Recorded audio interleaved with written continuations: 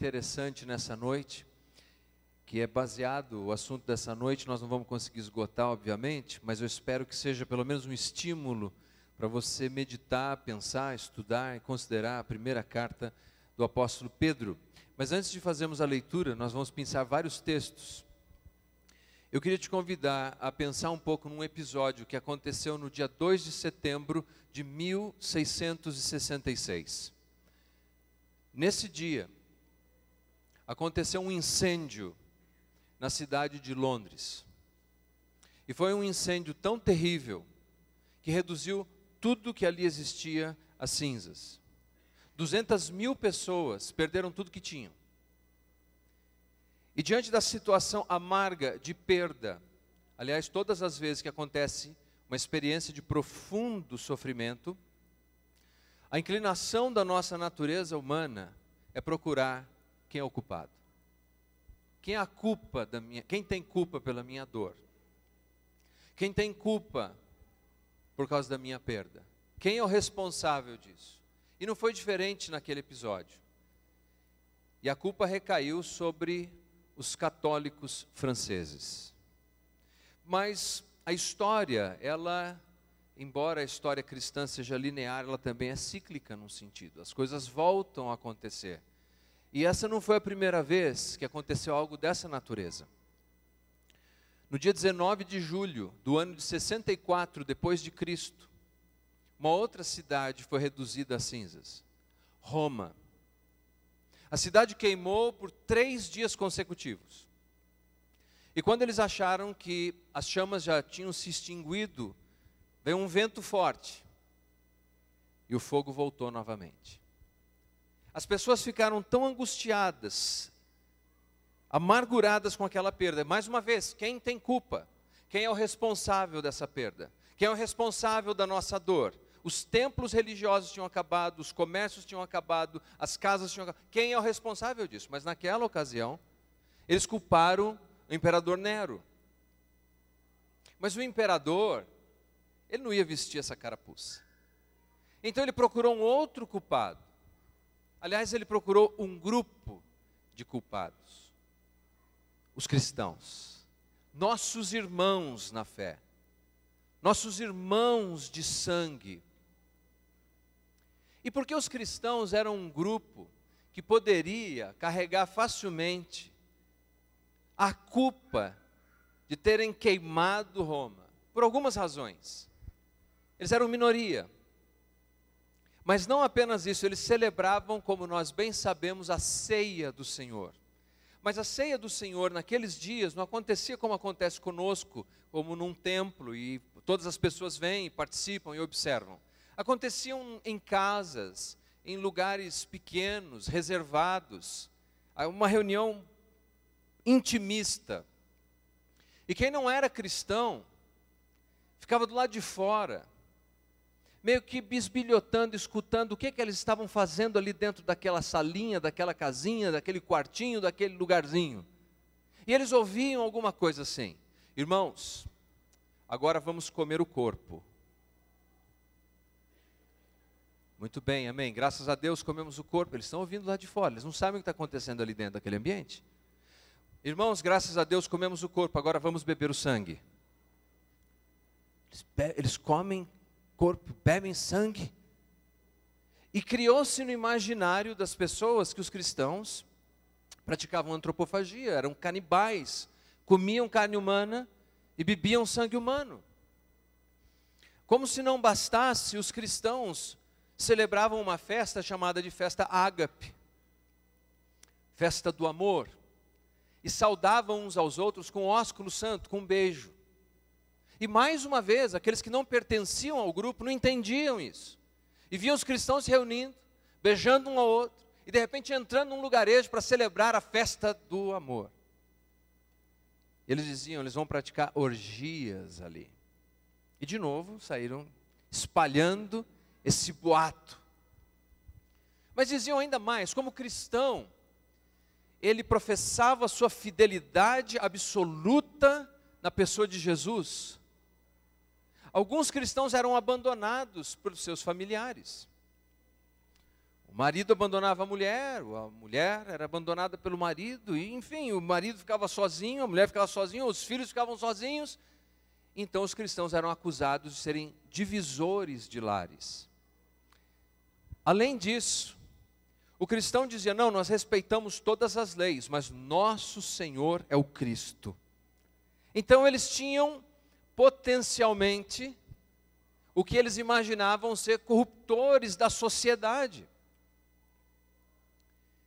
E mais ainda, os cristãos diziam que Deus é o justo juiz de toda a terra, e que um dia Deus viria e julgaria a terra, e a imagem, a figura de linguagem que eles usavam para descrever isso, era com fogo, e chama, e inferno. Então, meu amigo, se alguém colocou fogo em Roma, pensavam eles, só podem ter sido os cristãos.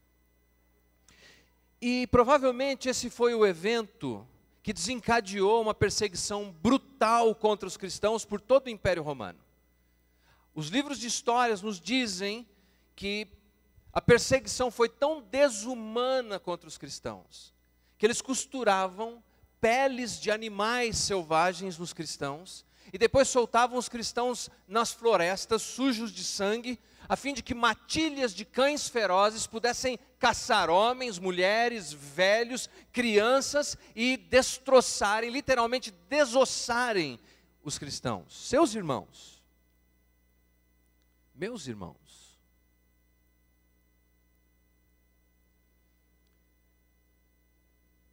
Eles pregavam os nossos irmãos nas cruzes. Vocês querem ser como Cristo? Então a gente vai fazer com vocês o que foi feito com o Cristo. Um episódio terrível conta que o imperador estava celebrando uma festa noturna, um churrasco, e ele concluiu que estava muito escuro o jardim.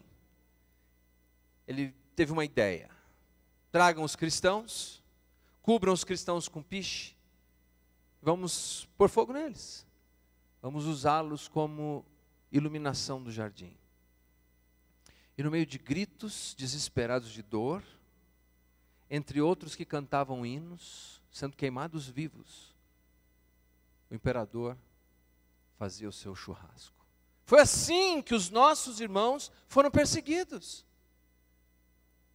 E é nesse contexto, é nesse momento da história, que uma pequena carta de 5 capítulos é inspirada pelo Espírito Santo de Deus. A primeira carta do apóstolo Pedro. E se você puder, por favor, abra sua Bíblia nessa carta. Nós vamos considerar alguns pontos. Antes de entrarmos diretamente na carta, eu gostaria de pensar alguns versículos brevemente, apenas para te dar uma visão geral do assunto que ele cobre nessa carta. Capítulo 5. Capítulo 5, versículo 10, a palavra de Deus diz assim: ora, o Deus de toda a graça, que em Cristo vos chamou a sua eterna glória, depois de terdes sofrido por um pouco. Até aqui é o suficiente. Capítulo 4, versículo 13. Pelo contrário, alegrai-vos na medida em que sois coparticipantes dos sofrimentos de Cristo. Capítulo 3, versículo 17. Porque se for da vontade de Deus, é melhor que sofrais por praticardes o que é bom. Capítulo 2, versículo 20. Porque glória há, se pecando e sendo esbofeteados, por isso suportais com paciência? Se, entretanto, quando praticardes o bem, sois igualmente afligidos e suportais com paciência, isto é grato a Deus. E nós podemos ir capítulo por capítulo, página por página, e encontrar. O assunto da carta é sofrimento e graça. Sofrimento e graça. Nós fazemos de tudo para a gente evitar sofrimento. E o assunto dessa carta é sofrimento e graça. Só por uma enquete aqui no nosso ambiente, quem aqui já sofreu? Levanta uma mão para eu ver. Só para ver se é relevante esse assunto para a gente. É a maioria de nós. Alguns ainda não, mas você chega lá, não se preocupe. Sofrimento. Sofrimento e graça. Quem é o autor dessa carta? Antes da gente entrar no conteúdo dela, é importante a gente considerar quem é o autor dessa carta. O nome dele era Simão. É assim que ele conhece Jesus. Simão vem de uma raiz hebraica que literalmente significa uma vara, um caniço, uma coisa que é facilmente agitada pelo vento. Alguém que é exageradamente flexível. O que nós chamaríamos hoje de Maria vai com as outras. Ele era assim. E você lembra que na cultura judaica, o nome dava sentido à pessoa e a pessoa dava sentido ao nome. Quando tinha um nome assim, você já podia ter uma ideia de como é que era a pessoa. Mas quando Jesus conhece esse homem, Simão, Jesus olha para ele e diz assim: você não vai mais ser Simão. Você vai ser Pedro, Quefas, ou pequena pedra, alicerçado sobre a rocha. Você vai ser alguém firme, constante. Você vai ser isso. E a história de Pedro vai se desenvolvendo, a gente vê nos evangelhos, especialmente no evangelho de Marcos. Porque Marcos escreve o seu evangelho sob a mentoria de Pedro. Então os principais gafes de Pedro você encontra no evangelho de Marcos. É como se Pedro estivesse dizendo: conta tudo que eu fiz. Explica para eles como é que eu era.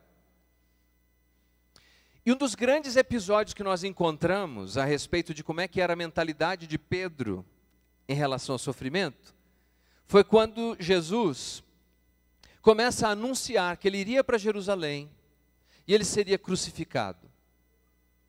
Vocês lembram da resposta de Pedro? Jesus estava dizendo: eu vou para Jerusalém, eu vou sofrer e eu vou ser crucificado.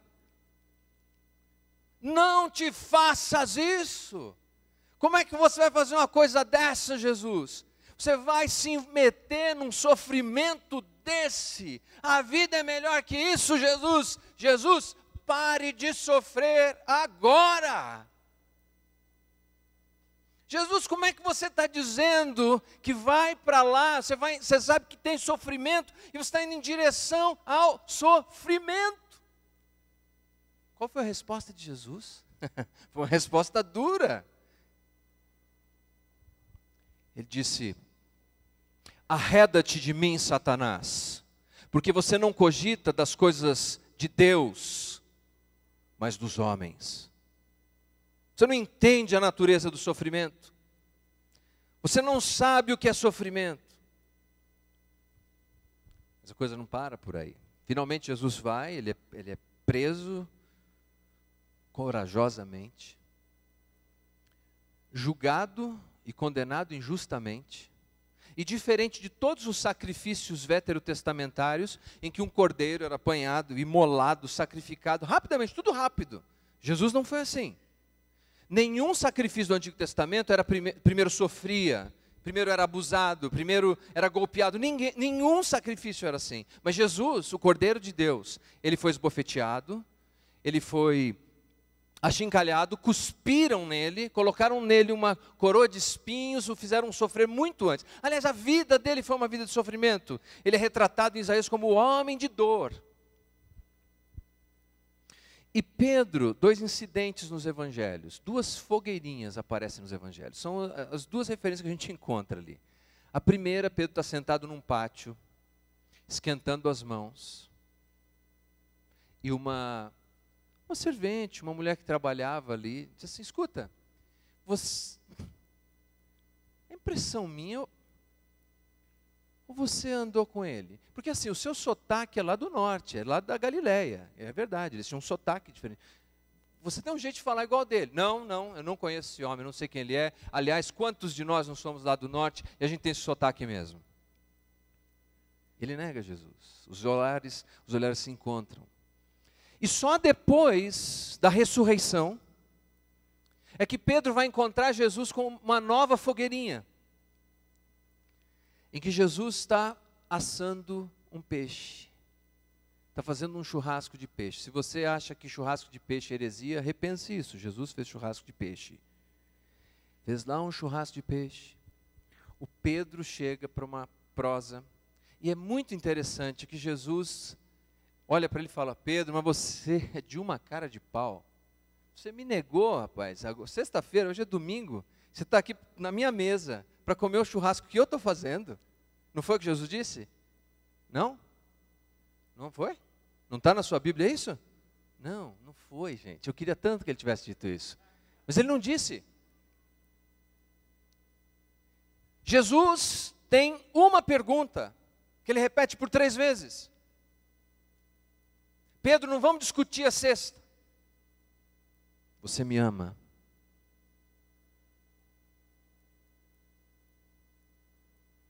Eu amo. Aí está todo o debate da língua, se era no grego, se era no aramaico, foi o que Pedro disse, vamos deixar isso para outro dia. Segunda vez, você me ama? Você me ama? Terceira vez que Pedro se entristeceu e falou: Senhor, o Senhor sabe de todas as coisas. O Senhor sabe que eu te amo. Aí Jesus falou: muito bem. Só que assim, apóstolo não dá mais, tá? Você vai poder distribuir envelopes durante o culto, ajudar, talvez em alguns ministérios, mas esse negócio de apóstolo para você não dá mais. Não é o que está na sua Bíblia? Não é o que está na sua Bíblia, nem na minha. O que está na Bíblia é assim: nós vamos fazer uma reunião com os apóstolos, uma comissão de avaliação, e considerar 6 meses, 8 meses, 1 ano, 2 anos, a sua possível reintegração no apostolado. É isso? Não. Que pastoreio de Jesus. Jesus disse: você me ama, Pedro, apacenta as minhas ovelhas. Eu não sei se você não se arrepia com isso. Eu me arrepio. Apacenta as minhas ovelhas. Mas Pedro, eu tenho que te contar uma coisa que vai acontecer. Você que tentou evitar sofrimento a sua vida toda, Pedro, sempre fugindo de sofrimento, de luta, de dor. Sabe, Pedro, vai ter um dia que você vai ser crucificado, Pedro. Não dá tempo de eu entrar no texto para explicar as palavras que lá estão. Mas o que Jesus está dizendo é isso. Você vai ser crucificado, Pedro. Passaram-se mais ou menos 30 anos. Você já imaginou que acordar toda manhã, com essa profecia, sabendo como vai morrer? Você vai morrer crucificado, Pedro. Todos os dias, por 30 anos, Pedro acordava com isso. Mas agora, enquanto com a pena inspirada, ele está escrevendo essa primeira carta, ele está ouvindo os rumores dos irmãos que estão sendo crucificados. Ele está sabendo dos irmãos que estão sendo martirizados. Se fosse hoje, ele abriria o jornal, as matérias estariam tratando disso. O Google estaria falando sobre isso. A televisão estaria falando sobre isso. E Pedro sabia que era apenas uma questão de dias, talvez horas, e ele seria também crucificado. Não é de admirar que Pedro nos revele logo no início dessa carta o segredo de se seguir a Jesus em meio ao sofrimento. Há um segredo. Veja o capítulo 1, veja o versículo 8, por favor.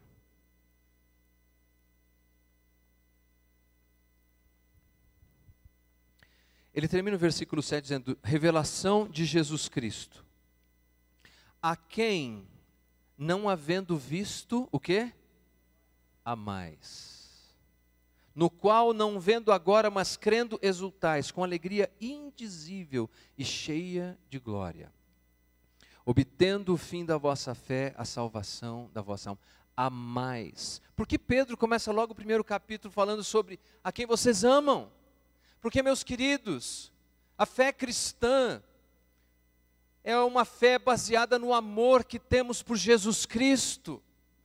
Não apenas em seguirmos uma porção de regras, ou fazemos isso ou aquilo. A questão no final do dia é a mesma. Você o ama? Você ama Jesus?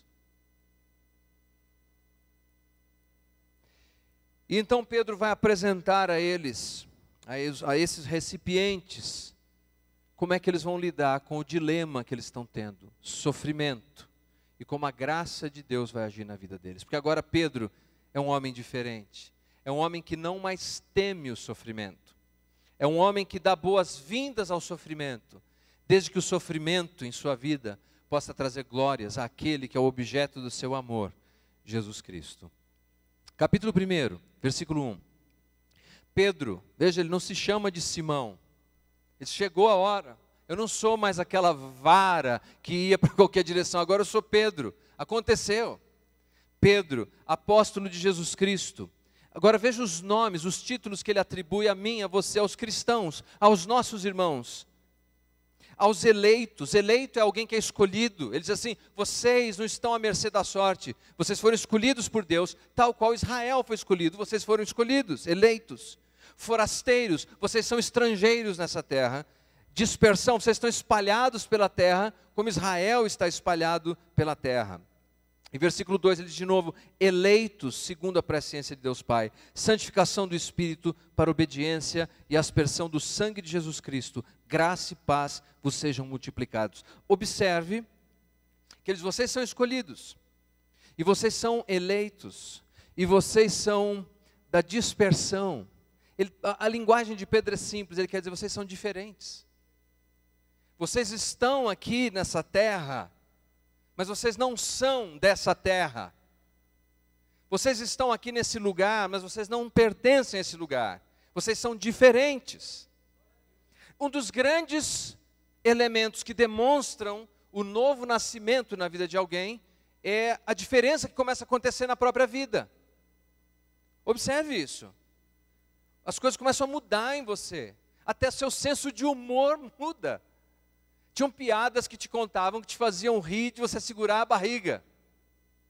Agora tem umas que você dá apenas um sorriso amarelo. Você falou: nossa, o que está acontecendo comigo? E tinha outras coisas que você não via a menor graça, porque você fala e você... o que está acontecendo? Eu estou ficando um esquisito, um estranho, parece que sou de outro lugar. Exato. Exato. E aí é que Pedro está nos explicando que uma das razões porque a gente passa a viver todos os dias a ameaça do sofrimento é porque somos diferentes. Porque não pertencemos a este lugar. Estamos aqui, vivemos aqui, e considere, no mundo inteiro, aqueles que são diferentes, aqueles que são minorias, está tudo bem, enquanto tudo vai bem. Mas, por exemplo, se a economia vai mal, os primeiros a serem atacados são aqueles que são diferentes. Aqueles que não pertencem àquela sociedade, os estrangeiros. Por exemplo, você estuda os países de regime totalitário, foi exatamente o que acontece, está tudo bem, todo mundo tem emprego, todo mundo trabalha, até que venha algum problema mais sério. Os primeiros a perderem a oportunidade são aqueles. Ele está dizendo: é por isso que vocês devem entender que o sofrimento faz parte da sua realidade como cristão. E agora nós vamos correr um pouquinho e ver a estrutura do livro, do que ele nos apresenta como opção, ou como possibilidade, para a gente lidar com o sofrimento. Veja, por favor, o capítulo 1 ainda, versículo 6. Nisso exultais, embora no presente, por breve tempo, se necessário, sejais contristados por várias provações, para que, uma vez confirmado o valor da vossa fé, muito mais precioso do que ouro perecível, mesmo apurado por fogo, redunde em louvor, glória e honra na revelação de Jesus Cristo. Exultais. Deixa eu ler para vocês um texto que se encontra numa carta. O nome dessa carta é Epístola a Diogneto. Não é uma epístola inspirada por Deus, é um documento do ano 100 e alguma coisa depois de Cristo. Mas essa carta foi escrita em defesa dos cristãos. Olha o que diz. Os cristãos, de fato, não se distinguem dos outros homens, nem por sua terra, nem por sua língua ou costume. Com efeito, não moram em cidades próprias, nem falam língua estrangeira, nem têm algum modo especial de viver. Sua doutrina não foi inventada por eles, graças ao talento e à especulação de homens curiosos, nem professam como outros algum ensinamento humano.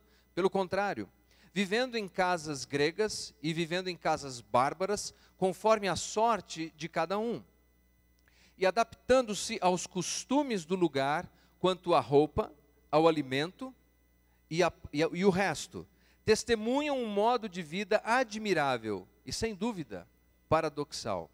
Vivem na sua pátria, mas como forasteiros. Participam de tudo como cristãos e suportam tudo como estrangeiros.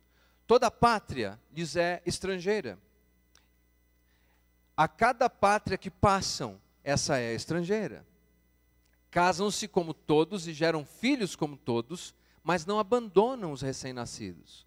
Põem a mesa em comum, mas não o seu leito em comum. Estão na carne, mas não vivem segundo a carne. Moram na terra, mas têm a sua cidadania no céu. Veja que já no ano 100 e alguma coisa depois de Cristo, era necessário explicar quem nós somos, porque nós somos um povo diferente. Não pelas nossas roupas, não pela nossa linguagem, não pela nossa dieta alimentar, mas pelos nossos valores. Nós somos um povo que acredita no céu. Nós somos um povo que acredita em Deus, que acredita na eternidade. Capítulo 5, versículo 12, nós vemos que o assunto central dele é este sofrimento, essa graça de sofrer. Veja o versículo 12. Por meio de Silvano, que para vós outros é fiel irmão, como também o considero, vos escrevo resumidamente, exortando e testificando de novo, que esta é a genuína graça de Deus. Nela estáis firmes. A genuína graça de Deus não é a teologia do não sofrimento. A genuína graça de Deus é que Deus me capacita a suportar o sofrimento, a enfrentar o sofrimento, a vencer o sofrimento. Nós todos queremos encontrar rapidamente uma saída para o sofrimento. O que Pedro vai, assim como Pedro no passado. Mas agora Pedro está dizendo, não, eu quero apresentar para vocês a genuína, a verdadeira graça de Deus, que consiste em você enfrentar o sofrimento e triunfar sobre o sofrimento, por causa da graça de Deus que está em você. Não é maravilhoso isso? Então ele apresenta o seguinte, um esboço simples desse livro. Salvação e sofrimento. Quer dizer, a primeira coisa que você tem que ter em mente para você lidar bem com o sofrimento é a salvação. É certeza de salvação. Porque veja você, se eu não tenho certeza da salvação, o sofrimento pode me tornar alguém pior. Mas se eu sei da minha salvação, o sofrimento me torna alguém melhor. Está fazendo sentido? Se eu sou um estranho, um esquisito, que tem vínculos com Jesus, e Jesus sofreu e venceu, e eu sei que se eu sofro também venço com Ele, e que eu estou sendo moldado à imagem dEle, logo, se eu tenho essa certeza de salvação, o sofrimento, para mim, não é assustador, porque Deus está no controle. Faz sentido o que eu estou dizendo? Estão me acompanhando? Então, mas o primeiro passo é essa certeza de salvação. Existe uma tríade na salvação que se desdobra por todo o Novo Testamento. Eu vou rapidamente pontuar para vocês. Veja, por favor, o capítulo 1. Versículo 20 diz assim: conhecido com efeito antes da fundação do mundo, porém manifestado no fim dos tempos, por amor de vós, versículo 21, que por meio dele tendes fé em Deus, o qual ressuscitou dentre os mortos, o qual o ressuscitou dentre os mortos e lhe deu glória, de sorte que a vossa fé e esperança estejam em Deus. Versículo 22, tendo purificado a vossa alma pela vossa obediência à verdade, tendo em vista o amor fraternal. Fé, esperança e amor. Essa é a tríade da salvação. Quem tem experiência de salvação precisa ter sempre clareza de fé, de esperança e de amor. Fé, em termos muito simplistas, é como você olhar para a história, olhar para trás e ver tudo que Deus fez. É como você olhar no retrovisor e ficar vendo o que já aconteceu. Você olha para trás e fala, veja quantas grandes coisas fez Deus. Veja como Deus honrou o seu povo. Veja como Deus sustentou o seu povo. Veja como Deus não desamparou o seu povo. Se eu sou povo de Deus, se eu faço parte desse povo de Deus, eu posso ficar firme no meio do sofrimento, porque eu tenho fé. Eu confio nesse Deus que fez tudo isso.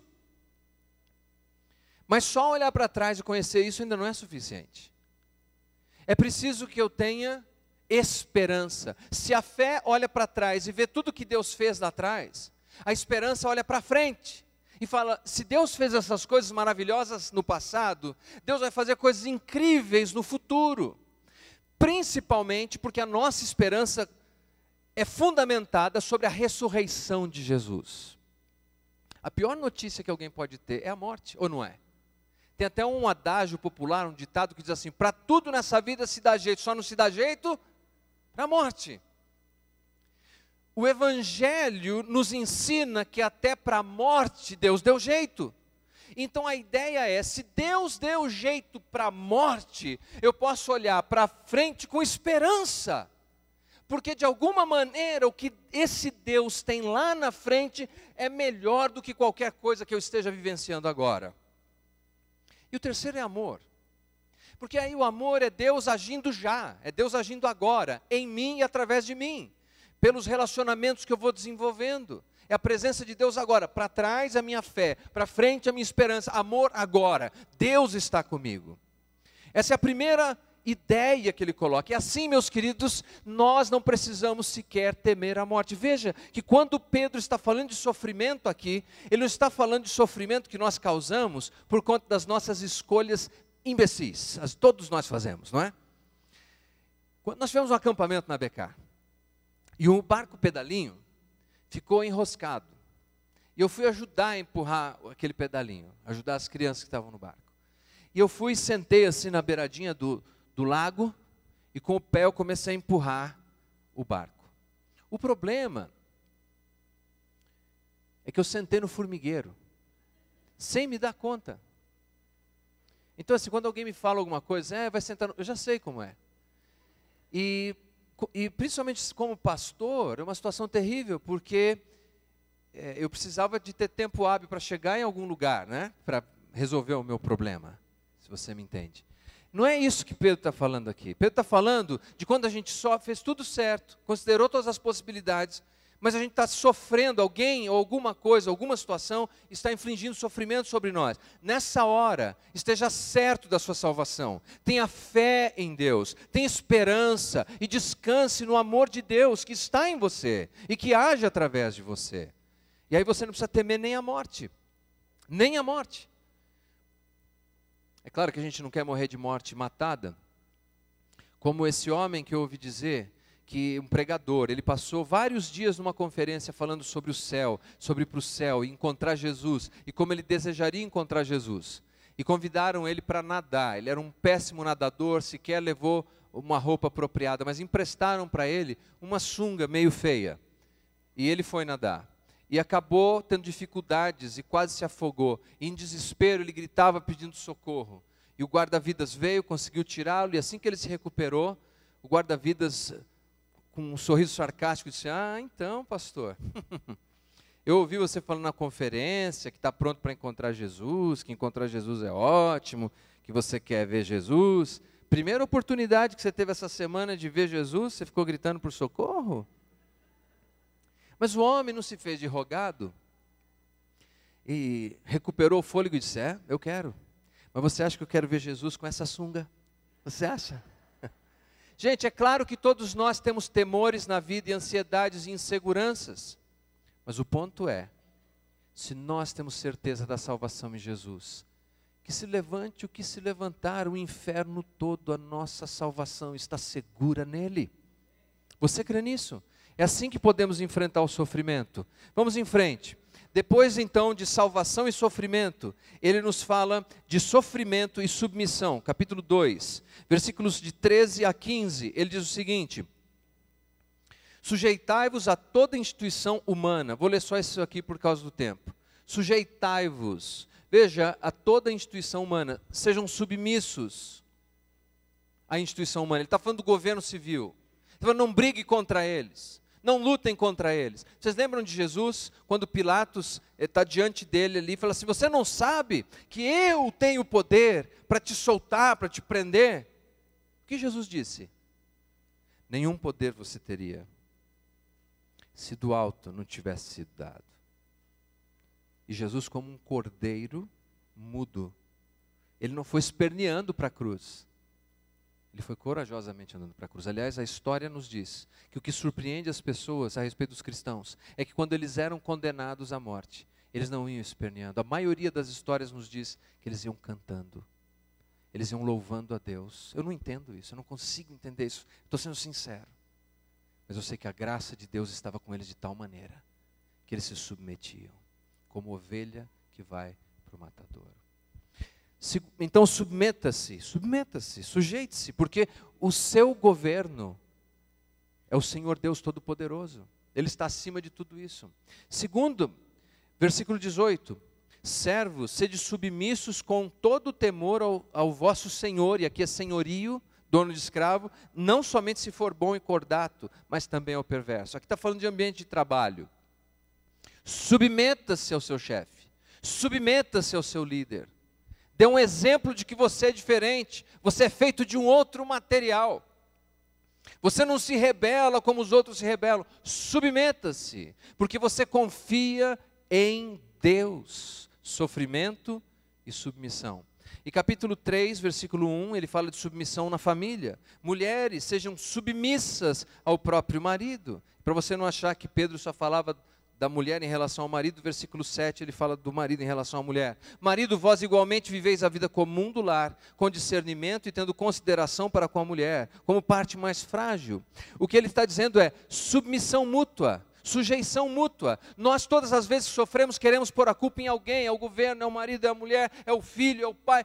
Você precisa dizer assim, eu vou me submeter à situação, eu vou enfrentar a situação, porque eu acredito no Deus Todo-Poderoso. Submissão. Sabe por quê? Porque se nós não tivermos essa ousadia, nós jamais vamos conseguir lidar bem com o sofrimento. O sofrimento só me fará uma pessoa melhor se primeiro, sofrimento e salvação tiverem clareza. Segundo, se sofrimento e submissão tiverem clareza. E terceiro, sofrimento e razão. Quero dizer razão no sentido de propósito do sofrimento. Me permita a leitura. Você aguenta mais 5 minutinhos? Eu ainda estou no meu tempo aqui, sim? No livro do C.S. Lewis, escritor britânico, na página 52, esse livro é O Problema do Sofrimento. Ele escreve o seguinte, por favor, bastante atenção nesse texto. Estou progredindo ao longo da estrada da vida, em minha condição usual, satisfeita e decaída. Absorvido no encontro agradável com amigos, marcado para amanhã, ou um pouco de trabalho que estimula a minha vaidade hoje. Um feriado, um livro novo, quando de repente uma pontada no abdômen, que pode indicar uma doença séria. Ou uma notícia nos jornais ameaçando o mundo de destruição. Tudo isso faz ruir o meu castelo de cartas. Sinto-me, a princípio, vencido, com todas as minhas pequenas alegrias desfeitas como brinquedos destroçados. A seguir, devagar e com relutância, pedaço a pedaço, tento enquadrar-me no estado de espírito em que deveria sempre estar. Chamo minha atenção para o fato de que todos esses brinquedos não tinham o propósito de apossar-se do meu coração. Que meu bem real está num outro mundo e que meu único e verdadeiro tesouro é Cristo. E talvez, pela graça de Deus, venha a ter êxito. E durante um dia ou dois me torno uma criatura que depende conscientemente de Deus e que extrai as suas forças das fontes certas. Mas, no momento em que a ameaça desaparece, toda a minha natureza salta de volta aos brinquedos.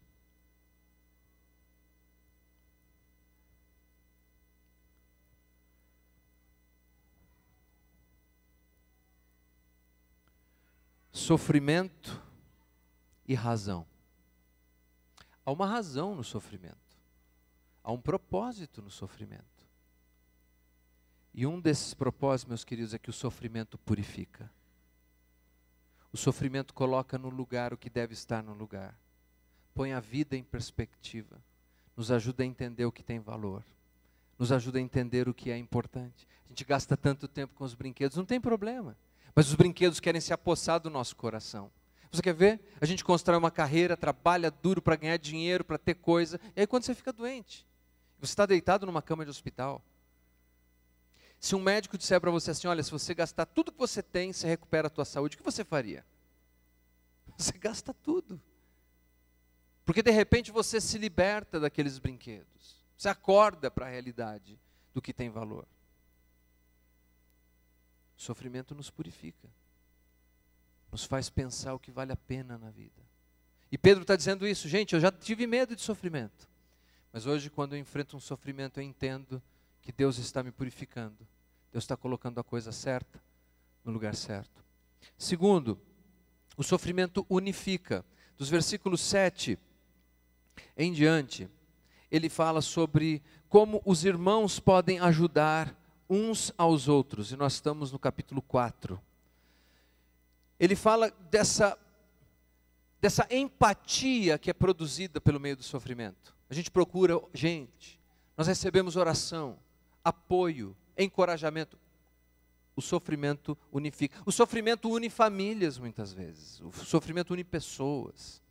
E terceiro, o sofrimento glorifica a Deus. Versículos 12 e 19, ele diz assim, que o sofrimento não deve ser algo estranho. Veja só, versículo 13. Desculpem, vamos ver o versículo 12. Amados, não estranheis o fogo ardente que surge no meio de vós, destinado a provar-vos, como se alguma coisa extraordinária estivesse acontecendo. Ele está dizendo assim, olha, o sofrimento vem para glorificar a Deus, é o que ele vai dizer na sequência.